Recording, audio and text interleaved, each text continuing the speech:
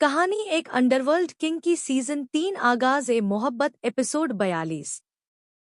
Hello guys, कैसे हैं आप सब? आई थिंक सब ठीक होंगे। स्वागत है आपके अपने इस प्यारे से चैनल पर, LOV स्टोरीज WRITTN। यहाँ आपको मिलेगी दिल को छू लेने वाली लव स्टोरीज, वो कहानियाँ जो शायद कभी अपने जी ली हों, या शायद वो एहसास जो अपने कभी किसी के लिए फील किए हो। इस चैनल पर आइए और पढ़िए इन खूबसूरत लव स्टोरीज को। ये स्टोरीज सिर्फ पढ़ने के लिए है, किसी की भी भावनाओं को ठेस पहुंचाना इस चैनल का मकसद बिल्कुल भी नहीं है। तो अगर आप भी बलवे स्टोरीज के दीवाने हैं तो चैनल को सब्सक्राइब जरूर करें और बेल आइकन दबाना मत भूलना। चलो बढ़ते हैं कहानी की तरफ। निर्मित के बेडरूम की बड़ी सी विंडो के पर्दों से छनकर आती सूरज की रोशनी पूरे कमरे में फैली हुई थी। रात देर तक जागने की वजह से श्रव्या की नींद पूरी नहीं हो पाई थी। ऊपर से उसकी पूरी बॉडी पेन में था। ऐसा लग रहा था जैसे उसकी पूरी बॉडी में जान ही ना बचा हो। श्रव्या को हिलते देख उसके चेहरे पर आते बालों को हटाते हुए निर्मित ने बड़े ही प्यार से पूछा, हे बटरफ्लाई, तुम जाग गई?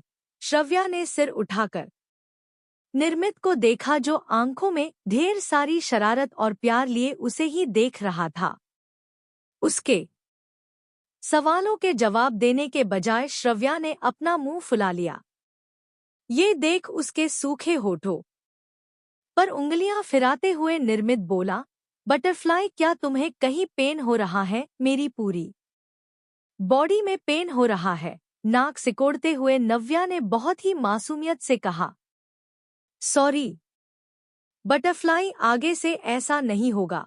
उसकी पीठ सहलाते हुए निर्मित ने कहा और फिर उसके उभरे हुए गालों को चूम फौरन बेड से नीचे उतर गया।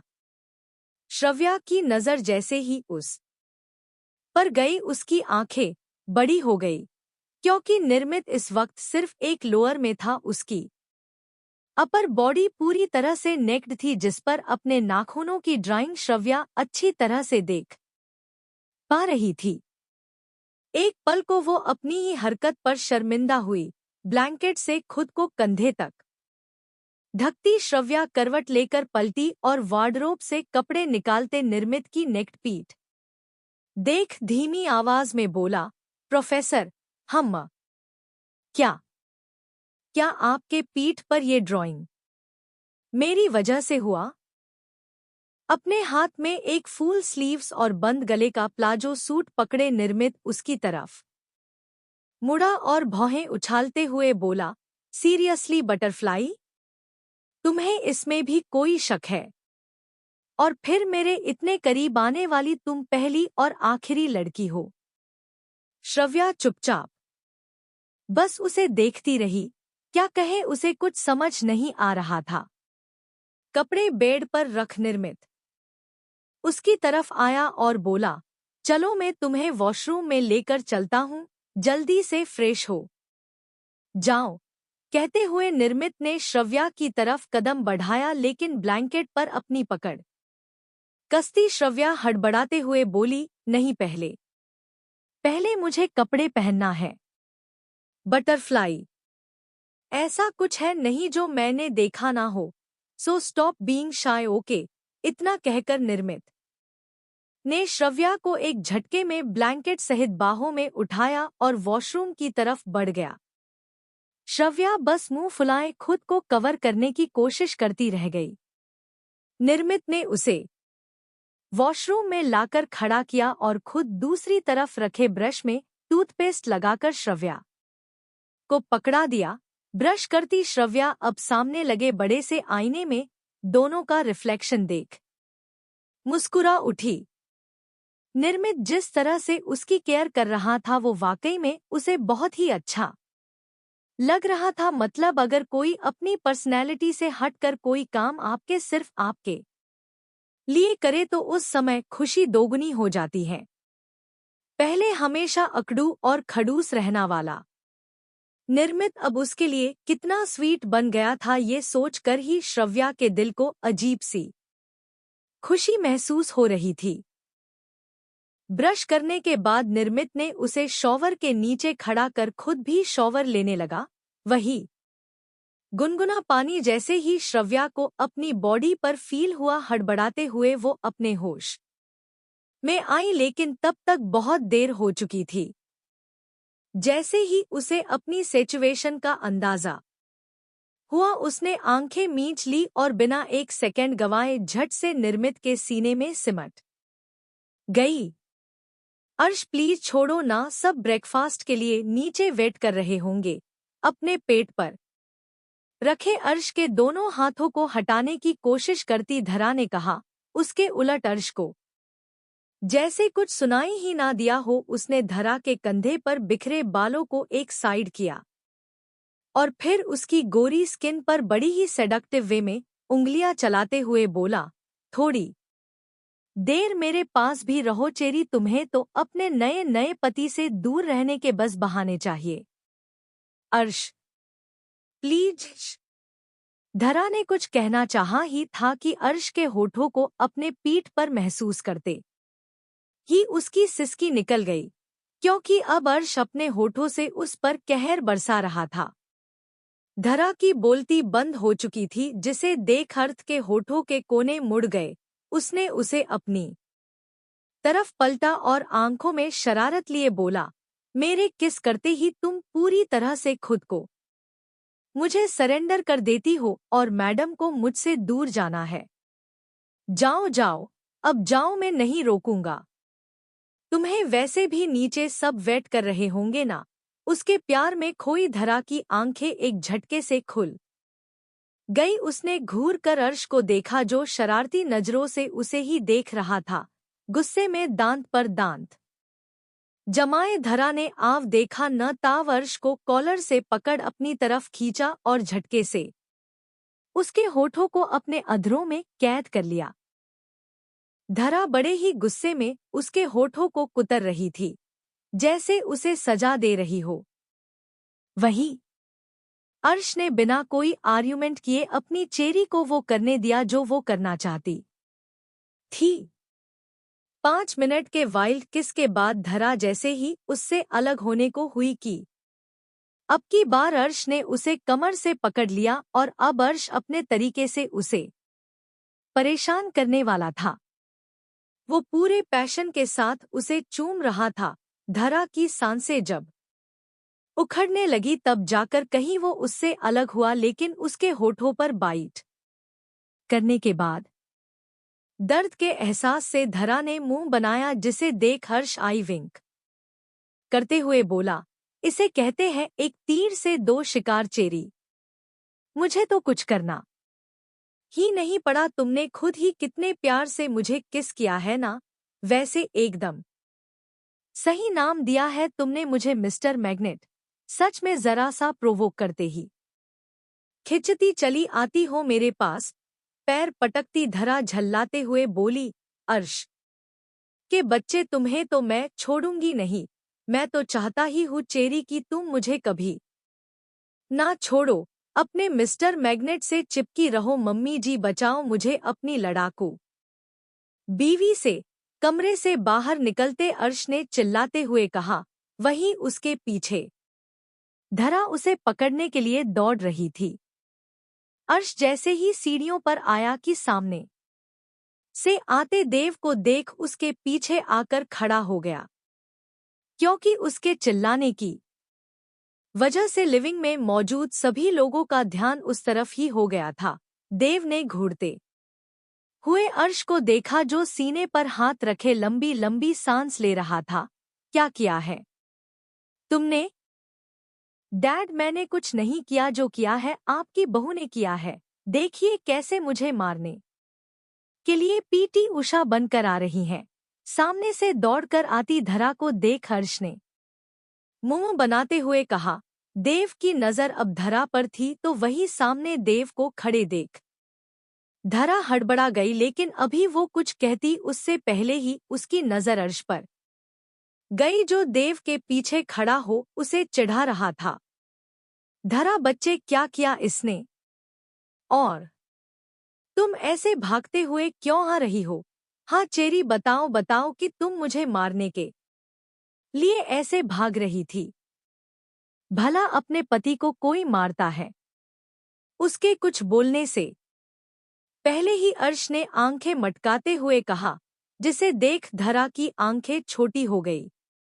लेकिन अगले ही पल उसने बेहद मासूम सा चेहरा बनाया और देव को देख बोली, हेड ये अभी कह रहा था कि इसकी 4 गर्लफ्रेंड है और एक के साथ ये आज डेट पर जाने वाला है। अब आप ही बताइए मैं क्या करूं? मैंने इसे कितनी बार समझाया कि अब इसकी शादी हो गई है और शादीशुदा होते हुए भी ऐसी हरकत करना महापाप होता है। लेकिन नहीं, ये फिर भी उस कलमुही के पास जा रहा है बस इसलिए। मैं इसे रोकने की कोशिश कर रही थी। उसकी बात सुनते ही जहां अर्श की आंखें फटी रह गई, वही देव गुस्से में खा जाने वाली नजरों से अर्श को देख रहा था। डैड, डैड, साका कुछ नहीं है, ये झूठ बोल रही है। यही दिन देखना रह गया था। तुम्हारी हिम्मत कैसे हुई इतनी घटिया हरकत करने की? पत्नी के होते हुए तुम बाहर दूसरी लड़की के साथ डेट पर जा रहे हो। तुम्हारी तो गुस्से में आस्तीन ऊपर करते हुए देव अर्श की तरफ बढ़ा। अर्श उतनी ही फुर्ती से सीढ़ियां उतरते हुए चिल्लाया, नहीं डैड, ये झूठ बोल रही है। मम्मी जी की कसम, क्या आपको खुद पर यकीन नहीं कि आपका बेटा ऐसा हो सकता है? हे भगवान, अब मैं क्या करूं? मम्मी जी, मम्मी जी कहाँ हो आप? अपने लाल को बचा लीजिए। वहीं ऊपर खड़ी धरा पेट पकड़कर हंसे जा रही थी। लिविंग रूम में इधर से उधर भागता अर्श बड़ा ही फनी लग रहा था। अर्श के पीछे भागते देव ने तिरछी नजरों से उसे खुलकर हंसते देखा और खुद को मुस्कुराने से रोक ही नहीं पाया। इतना तो उसे भी यकीन था अर्श पर कि वो कोई ऐसी वैसी हरकत नहीं कर सकता। लेकिन पिछले दिनों धरा के साथ जो कुछ भी हुआ इससे हर कोई वाकिफ था। इसलिए जिससे जितना हो सकता था सब उसे खुश रखने की पूरी कोशिश करते, क्योंकि उन्हें पता था जैसे जैसे समय आगे बढ़ेगा, आज नहीं तो कल धरा के मन में भी बच्चे को लेकर फीलिंग्स आएगी, जिससे ना चाहते हुए भी उसका मन दुखी होगा। दिन बीत रहे थे और इन बीतते दिनों में हमारे सभी कपल्स का प्यार पहले से और भी गहरा हो चुका था। फिर वो चाहे अनाया प्रत्यक्ष, धरा अर्श, श्रव्या निर्मित, सारवी आहान, जन्नत निधान या फिर रूहान और मिश्का हो। इन बीतते दिनों में रूहान और मिश्का अपने हनीमून ट्रिप से वापस भी आ चुके थे। वहीं मिश्का के दिल में रूहान के लिए प्यार और भी बढ़ गया था, क्योंकि अब जब उसने उस धोखेबाज मोहित के दिए धोखे से उभरकर रूहान की मोहब्बत को महसूस किया, तब जाकर उसे एहसास हुआ कि जिस्म और रूह के मोहब्बत में जमीन और आसमां का फर्क होता है। रूहान जिस तरह से उसके लिए छोटी छोटी चीजें पसंद करता, वाकई में उसमें उसका प्यार झलकता ही था। फिर चाहे गोवा में उसके लिए शॉपिंग करते वक्त एक एक कपड़े को बारीकी से चेक करना हुआ, या फिर कौन सी बिंदी उस पर ज्यादा अच्छी लगेगी ये चेक करना हुआ, वो तो आज भी शर्म से लाल हो जाती थी ये याद कर कि पहली बार जब उसने खुद को पूरी तरह से उसे सौंपा था तब रूहान ने उसकी कितनी केयर की थी। मुस्कुराते हुए अपने ख्यालों में खोई मिश्का का ध्यान बाहर से आते रूहान के गाड़ी की आवाज से टूटा, जिसे सुनते ही कपड़ों को तह लगाते उसके हाथ रुक गए। आंखों में चमक और होठों पर प्यारी सी मुस्कान लिए वो कमरे से बाहर निकल गई। एक हाथ से साड़ी की प्लेट पकड़े वो तेज कदमों से सीढ़ियां उतर रही थी। वही रात के खाने की तैयारी देखती रूही और अनीशा की नज़र जैसे ही उस पर पड़ी दोनों ने ही हंसते हुए अपना सिर नामे हिला दिया, जैसे उनके लिए ये रोज का हो गया हो। अनीशा ने हंसते हुए उसे पीछे से आवाज दिया, मिश्का बेटा आराम से गिर जाओगी तुम। नहीं गिरेंगे दादी माँ, आपको पता है ना साहब को घर आने के बाद सबसे पहले मुझे देखना रहता है। पूरे लिविंग रूम में पायल की छन छन करती आवाज के बीच मिश्का की प्यारी सी आवाज गूंजी। बाहर दरवाजे पर जैसे ही रूहान आकर खड़ा हुआ कि एक झटके से दरवाजा खुला और हामफती हुई मिश्का उसके सामने खड़ी थी, होठों पर बड़ी सी मुस्कान लिए रूहान ने आगे बढ़कर मिश्का को अपने बाहों में भर लिया। कितनी बार कहा है मालकिन जी की ऐसे दौड़कर आने की जरूरत नहीं है, लेकिन आपको मेरी बात सुननी ही कब है? क्या जरूरत है ऐसे भागने की? घर आने के बाद मैं अंदर ही आता हूं ना, रूहान ने बड़े ही प्यार से उसका सिर सहलाते हुए कहा और फिर अपना ब्लेजर उसे पकड़ाकर एक झटके में उसे गोद में उठा लिया। उसके शर्ट के बटन से खेलती मिश्का आंखों में चमक लिए खिलखिलाते हुए बोली, क्योंकि मुझे अच्छा लगता है जब यहाँ से आप मुझे ऐसे उठाकर कमरे तक लेकर जाते हैं। उसके लिए तुम्हें दौड़कर अपनी एनर्जी खत्म करने की जरूरत नहीं है जानम, तुम कहो तो पूरी जिंदगी तुम्हें ऐसे गोद में उठा सकता हूँ। वैसे भी ऐसे बहुत से इम्पोर्टेंट काम है जिसमें तुम चाहो तो अपनी एनर्जी लगा सकती हो। उसे लेकर लिविंग की तरफ बढ़ते रूहान ने शरारत से आई विंक करते हुए कहा। वही उसकी बातों का मतलब समझती मिश्का का पूरा चेहरा लाल हो गया, जिसे छुपाने की जद्दोजहद में उसने अपना चेहरा उसके सीने में घुसा लिया। सपना जी को उनके कमरे में ही खाना देकर आती रूही दोनों को ऐसे देख किचन की तरफ जाते हुए बोली, ये सब रात के लिए छोड़ दो बेटा, अभी डिनर का टाइम है तो जल्दी से फ्रेश होकर डाइनिंग टेबल पर आओ दोनों। रूहान मिश्का को लेकर सीढ़ियां चढ़ते हुए सीधा ऊपर अपने कमरे की तरफ बढ़ गया। जिंदल मेंसन के बड़े से दरवाजे पर खड़ी सारवी किसी का इंतजार कर रही थी। उसके चेहरे पर झुंझुलाहट देख पीछे से आती सिया उसके कंधे पर हाथ रख मुस्कुराते हुए बोली, बेटा तुम आराम से बैठ जाओ, तुम्हारे नवाब साहब आते ही होंगे। मम्मा पता नहीं ये कहाँ रह गए, डेली तो जल्दी आ जाते हैं, लेकिन आज देखिए हमने इन्हें बताया था कि आप सब आज डिनर पर आ रहे हैं, फिर भी जानबूझकर हमें परेशान कर रहे हैं। एक हाथ कमर पर तो दूसरा अपने उभरे हुए पेट पर रखे सारवी बाहर टकटकी लगाकर देखते हुए बोली। सिया अभी कुछ कहती उससे पहले ही बाहर आहान की गाड़ी आकर रुकी, जिसे देखते ही सारवी के चेहरे पर बड़ी सी चमक आ गई। वहीं आहान गाड़ी से बाहर आया और बैंक सीट पर रखा बड़ा सा चॉकलेट बॉक्स उठाए सारवी की तरफ बढ़ गया। वाइफू ऐसे यहाँ खड़ी क्यों हो? मैंने कहा तो था कि मुझे आने में थोड़ा लेट हो जाएगा। यूं नो ना कि ऐसी हालत में तुम्हें इतनी देर तक खड़ा नहीं होना चाहिए, और फिर डॉक्टर ने भी कहा था कि हमें एट मंथ में एक्स्ट्रा केयरफुली रहना है। हाँ ठीक है, हमें पता है कि एट मंथ चल रहा है, आपको बताने की थोड़ी देर बाद ही वो फ्रेश होकर बाहर आया और डाइनिंग टेबल पर बैठे सभी लोगों में शामिल हो गया। सबको सर्व करने के बाद प्रियंका जी सारवी के साथ अपनी चेयर पर बैठ मुस्कुराते हुए बोली, वैसे समधी जी आपसे एक बात पूछनी थी। आपने बालों को डाई करवाया है या ये नेचुरली ही ब्लैक हैं? नहीं वो क्या है ना कि इस उम्र में भी आपके बाल कितने ब्लैक और स्मूथ लग रहे हैं। रुद्र ने ऑकवर्ड सी स्माइल लिए सिया को देखा जो आंखें छोटी छोटी करके उसे ही घूर रही थी। उसे कुछ न बोलते देख सिया ने उसे घूरते हुए कहा, अरे आप हमें क्यों देख रहे हैं? बताइए।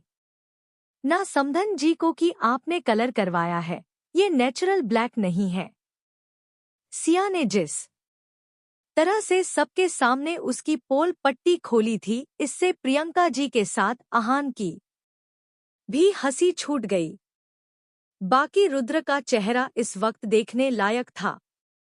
सावी के प्लेट में एक्स्ट्रा चपाती रखती प्रियंका जी रुद्र के मजे लेते हुए बोली, वैसे समधी जी आपको देखकर लगता नहीं कि उम्र का तकाजा आपको छू कर भी गुजरा हो। रुद्र ने बड़ी ही बेचारगी से मीरा की तरफ देखा, जो खुद मुंह दबाए अपनी हंसी कंट्रोल करने की कोशिश कर रही थी। अपने बेटे और बहू के बीच गर्म होते माहौल को महसूस करती मीरा बातों का रुख दूसरी तरफ मोड़ते हुए बोली, वैसे प्रियंका जी हम क्या सोच रहे थे कि सारवी को कुछ दिनों के लिए सिंघानिया मेसन ले जाए। इससे आपको भी थोड़ा आराम मिलेगा और आप समधी जी का ध्यान जरूरत नहीं है।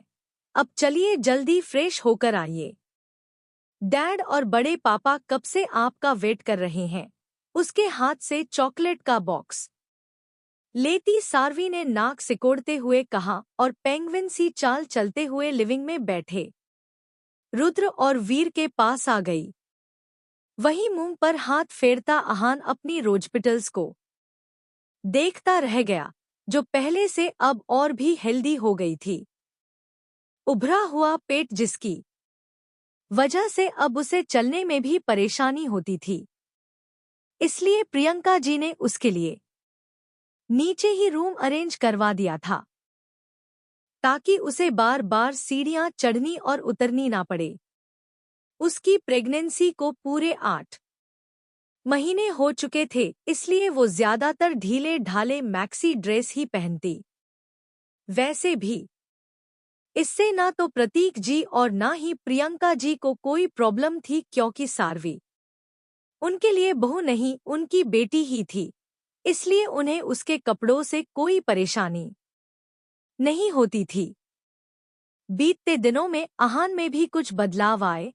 हमेशा हल्के हल्के बियर्ड में रहने वाले आहान की बियर्ड कुछ बड़ी हुई लग रही थी, और वजह था ऑफिस से घर आकर सारवी के मूड स्विंग्स को हैंडल करना। पिछले कुछ दिनों से प्रतीक जी के खराब तबीयत की वजह से वो पूरा ऑफिस अकेले ही संभाल रहा था। ऊपर से सारवी और अपने बेबी की भी जिम्मेदारी वो बहुत ही अच्छे से संभाल रहा था। अच्छे से रख पाएगी। कैसी बात कर रही हैं आप मिसेस सिंघानिया, इस हालत में वो मायके में रहे ये उचित थोड़ी है।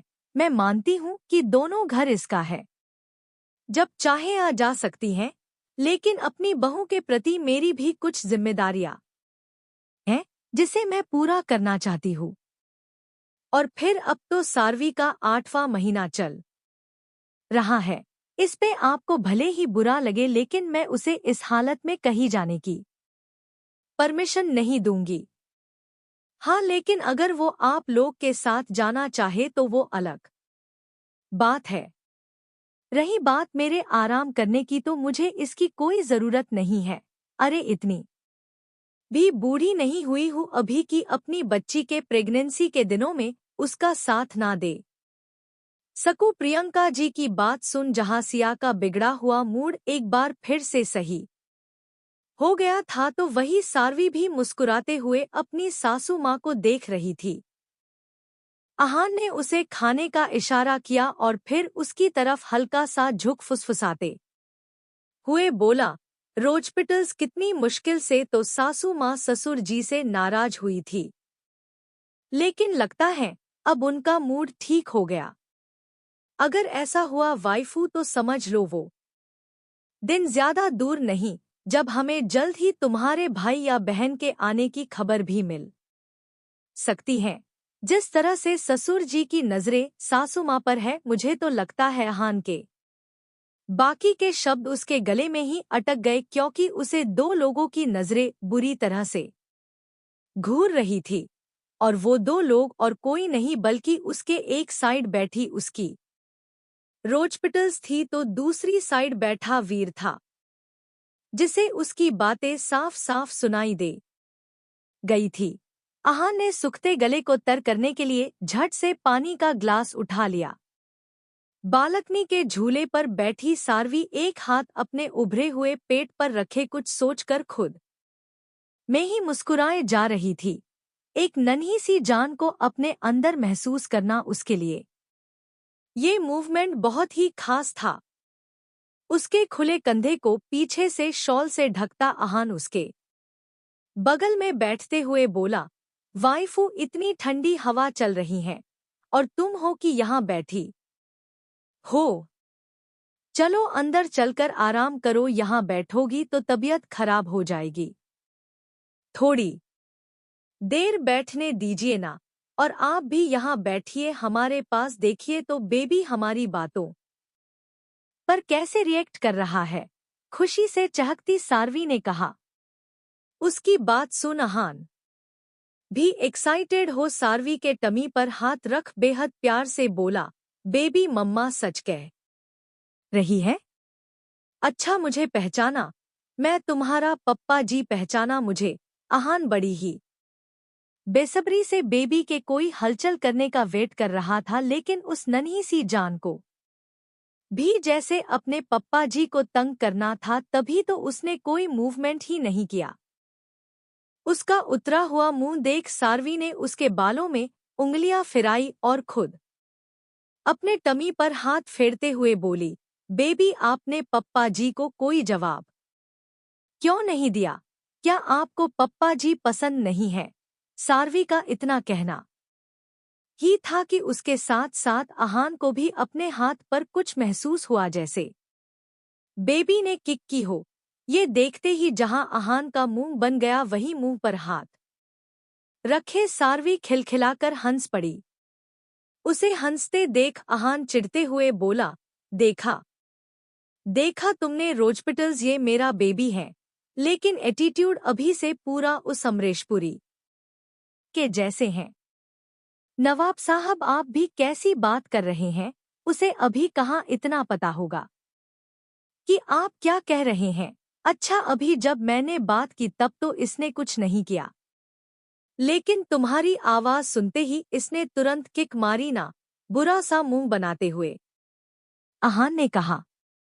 छोटे बच्चे की तरह उसका बना हुआ मुंह देख सारवी ने अपनी हंसी कंट्रोल की और बात बदलने के इरादे से उसके कमर में हाथ फंसाए कंधे पर सिर रखते हुए बोली, अच्छा ये सब छोड़िए और ये बताइए आपको बेटी चाहिए या फिर बेटा? मुझे तुम्हारे जैसे एक क्यूट सी प्यारी सी बेटी चाहिए। क्यों बेटा क्यों नहीं चाहिए? इसके दो रीजन है। पहला, क्योंकि मुझे डर है अगर बेटा हुआ तो पक्का उस अमरेशपुरी के जैसे ही होगा, जो कि मैं नहीं चाहता। और दूसरा ये कि मैं नहीं चाहता कि मेरे अलावा कोई दूसरा मेल तुम्हारे इतना करीब आए, मुझे उससे जलन होगी।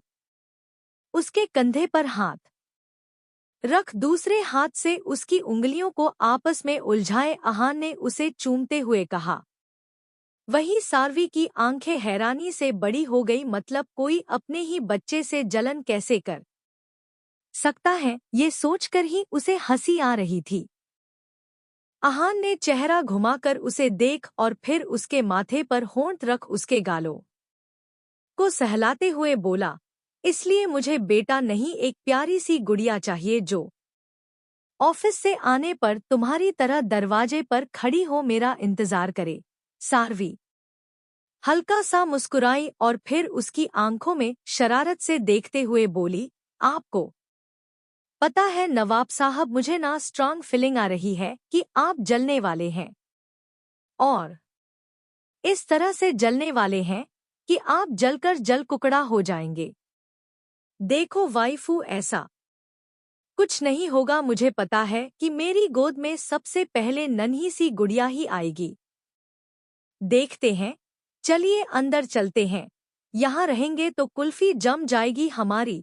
कहते हुए सारवी आराम से उठकर खड़ी हुई और फिर आहान का हाथ थामे कछुए की चाल से चलते हुए कमरे में आ गई। कमरे की लाइट बंद कर आहान ने नाइट बल्ब ऑन किया और खुद सार्वी के बगल में आकर लेट गया। उसके आते ही सार्वी खिसक कर उसके पास आई और उसके कंधे पर सिर रखे आंख बंद कर लिया। वहीं उसके बालों में उंगलियां घुमाता आहान एक टक अपनी हीरोइनी को देख रहा था, जिसने रोज की तरह आज भी एक बार भी उससे ये नहीं पूछा कि वो कैसा है। आज ऑफिस में उस का दिन कैसा गया? कुछ नहीं। वो समझता था कि इन दिनों सार्वी खुद कैसे कैसे सिचुएशन से गुजर रही है, लेकिन फिर भी उसे अपनी रोजपिटल्स का ये बिहेवियर कभी कभी हर्ट कर जाता, जैसे आज हुआ। थकान की वजह से उसके पूरे बॉडी में दर्द हो रहा था। फिर बहु लंबी सांस लेते हुए उसने एक नज़र सार्वी को देखा, जो अब गहरी नींद में लग रही थी। न अभी वो आंख बंद करने ही वाला था कि सार्वी के चेहरे पर दर्द की लकीरें देख उसकी आंखें चौपट खुल गई। दोनों पैरों को ऊपर नीचे करती सार्वी नींद में भी परेशान लग रही थी, जिसे देख आहान जैसे अपना दर्द भूल ही गया हो। वो तुरंत धीरे से बेड से उतरा और साइड वाले ड्रावर में रखा ऑयल लेकर वापस सार्वी के पैरों के पास आकर बैठ गया। थोड़ा सा ऑयल लेकर आहान ने दोनों हथेलियों पर लगाया और फिर सार्वी के सूजे हुए पैरों में लगाते हुए हल्के हाथ से मालिश करने लगा, जिसका असर अब सुकून से सोती सार्वी के चेहरे पर साफ दिख रहा था। कुछ देर बाद वॉशरूम से आहान हैंडवॉश करके बाहर आया और आकर फिर सार्वी के बगल में लेट गया। उसने मुस्कुराते हुए सार्वी के उभरे हुए पेट पर हाथ रखा और फुसफुसाते हुए बोला, बेबी मम्मा को ज्यादा परेशान नहीं करते। और एक बात, मुझे चाहे जितना अकड़ गुस्सा और नखरे दिखा लेना, लेकिन अपनी मम्मा को सोचना भी मत, क्योंकि जो काम तुम्हारा बाप नहीं कर सकता वो तुम छोटी सी जान क्या ही कर लेगा।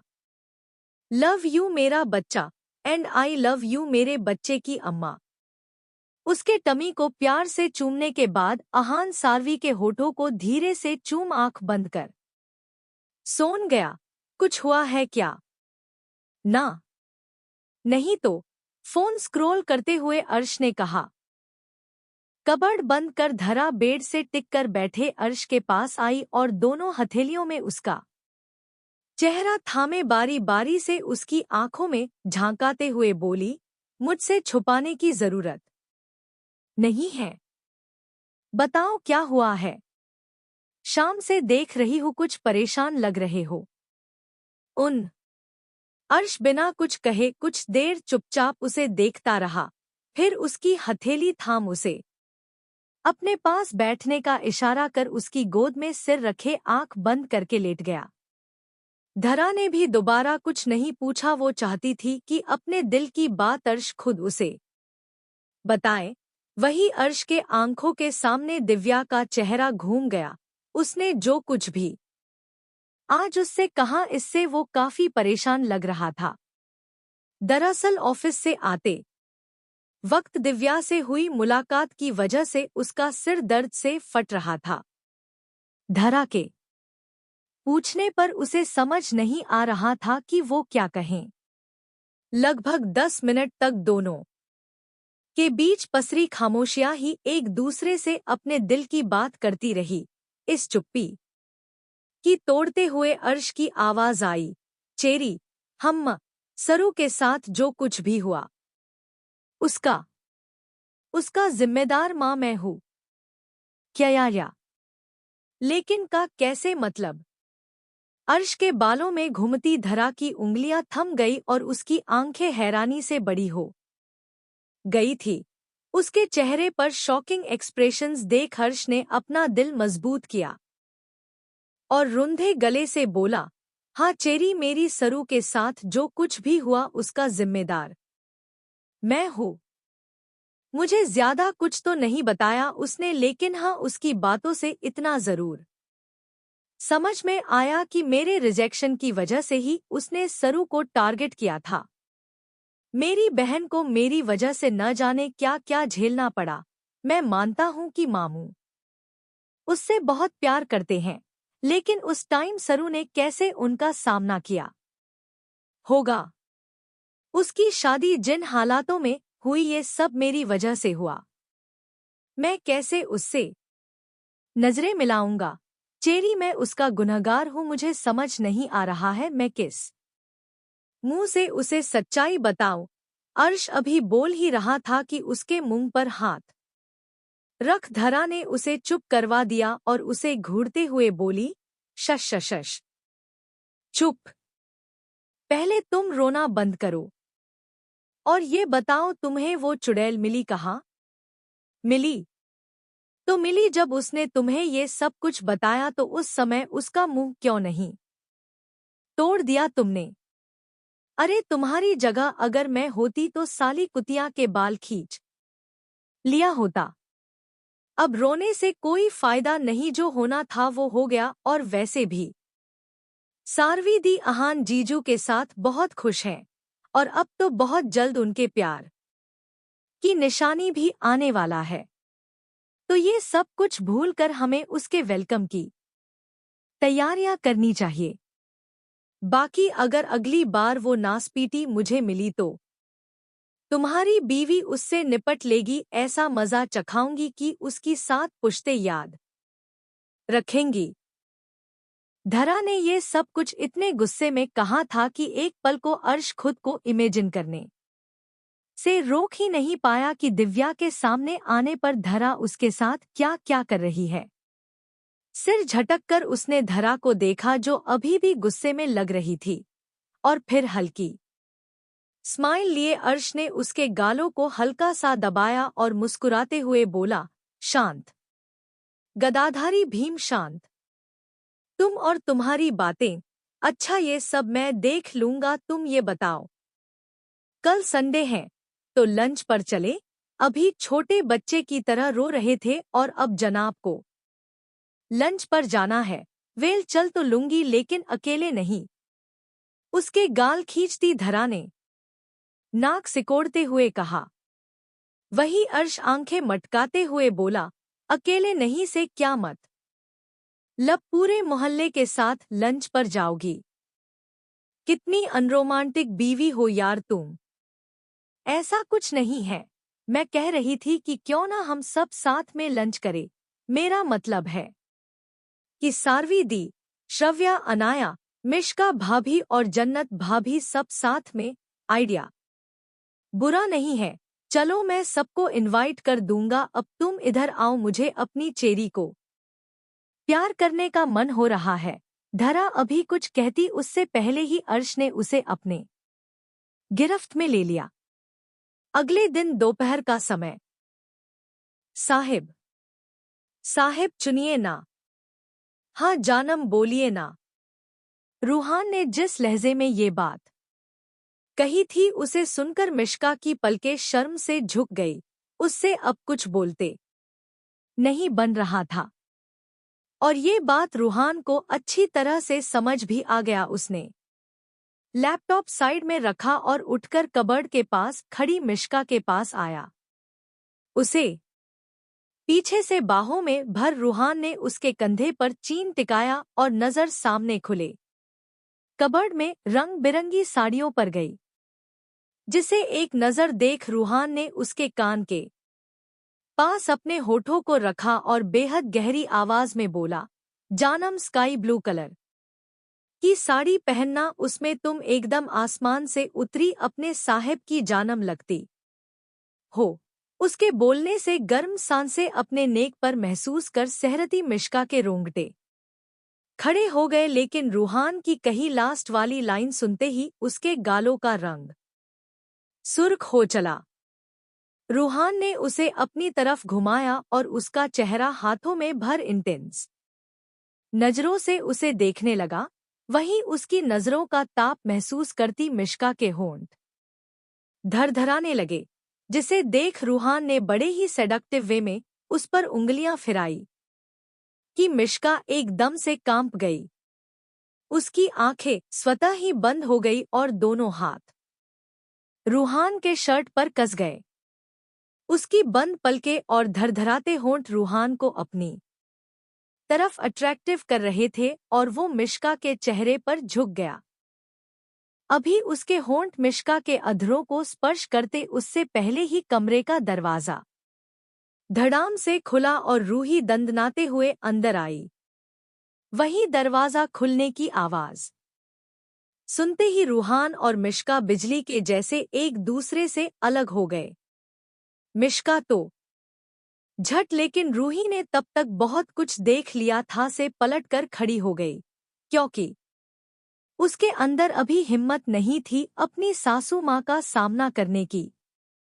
तो वही रूहान का भी ऐसा ही कुछ हाल था। बाकी रूही का तो कहना ही क्या, अपने बेटे और बहू को इस हालत में देख उसे तो जैसे सांप ही सूंघ गया। अगले ही पल वो जितने स्पीड से आई थी उससे डबल स्पीड से कमरे से बाहर भी निकल गई। मुंबई का सबसे फेमस और महंगा रेस्टोरेंट जिसमें इस वक्त हमारे सभी कपल सारवी आहान, धरा अर्श, अनाया, प्रत्यक्ष, श्रव्या निर्मित, जन्नत निधान और मिश्का रूहान एक बड़े से राउंड टेबल के इर्द गिर्द मौजूद थे, जहां सभी लड़कियां इतने दिनों बाद मिलकर बेहद खुश थी तो वही लड़के भी कहाँ कम थे। बीते 8 महीनों में लगभग सभी बॉयज को अपने कैरियर पर ध्यान देने के चक्कर में ऐसे सबके साथ बैठना हो ही नहीं पाया था। लेकिन आज जब सब साथ थे तो खुशी दोगुनी बढ़ गई थी। सबने हंसी खुशी के साथ लंच फिनिश किया और अब सारवी बेहद मासूमियत से आंखें टिमटिमाते हुए आहान को देख बोली, नवाब साहब हमें अब आइसक्रीम खानी है। वाइफू आइसक्रीम तो मैं खिला दूंगा लेकिन बस एक, उसके बाद नहीं? ओके हाँ ठीक है, अभी एक से ही काम चला लेंगे। आंखों में चमक और होठों पर बड़ी सी मुस्कान सजाए सारवी ने कहा। वही उसका दमकता हुआ चेहरा देख आहान मुस्कुराते हुए चेयर से खड़ा हुआ और उसके गालों को हल्का सा खींच आइसक्रीम लेने चला गया। ये सब कुछ जन्नत बड़े ही ध्यान से नोटिस कर रही थी। ये नोटिस करते हुए उसके दिमाग में जरूर कुछ चलने भी लगा था, और ये जो कुछ भी था निधान जरूर इससे परेशान होने वाला था। निर्मित को एक नजर देख श्रव्या सारवी के उभरे हुए पेट को देख एक्साइटेड हो बोली, सरू दी आपको कैसा फील हो रहा है? मतलब कि बेबी के आने की खबर से जीजू आपकी कितनी केयर करते हैं ना? प्रेगनेंसी की इस जर्नी में आपको कैसा फील हो रहा है? श्रव्या सिर्फ प्रेगनेंसी की वजह से ही नहीं, नवाब साहब पहले भी हमारी बहुत केयर करते थे और करते हैं भी। रही बात प्रेगनेंसी के जी की, तो अब तक के इस पूरे जर्नी में नवाब साहब ने हमारी बहुत हेल्प की है। ये पूरी जर्नी वाकई में बहुत ही खूबसूरत होती है। अपने अंदर इस नन्ही सी जान को पल पल बढ़ते हुए महसूस करना, इससे खूबसूरत एहसास शायद ही कुछ दुनिया में होता होगा। फिर भी डिलीवरी के बारे में सोचकर ही हमारी जान निकल जाती है, लेकिन नवाब साहब के प्यार और साथ की वजह से हमें हिम्मत भी मिलती है। सारवी ने बड़े ही प्यार से अपने टमी पर हाथ रख अपने बेबी को महसूस करते हुए कहा। उसकी बातों से बाकी सबके चेहरे पर स्माइल आ गई थी तो वही धरा की आंखें लाल हो गई। ऐसा लग रहा था जैसे उसने अपने आंसुओं को बाहर आने से रोक रखा हो।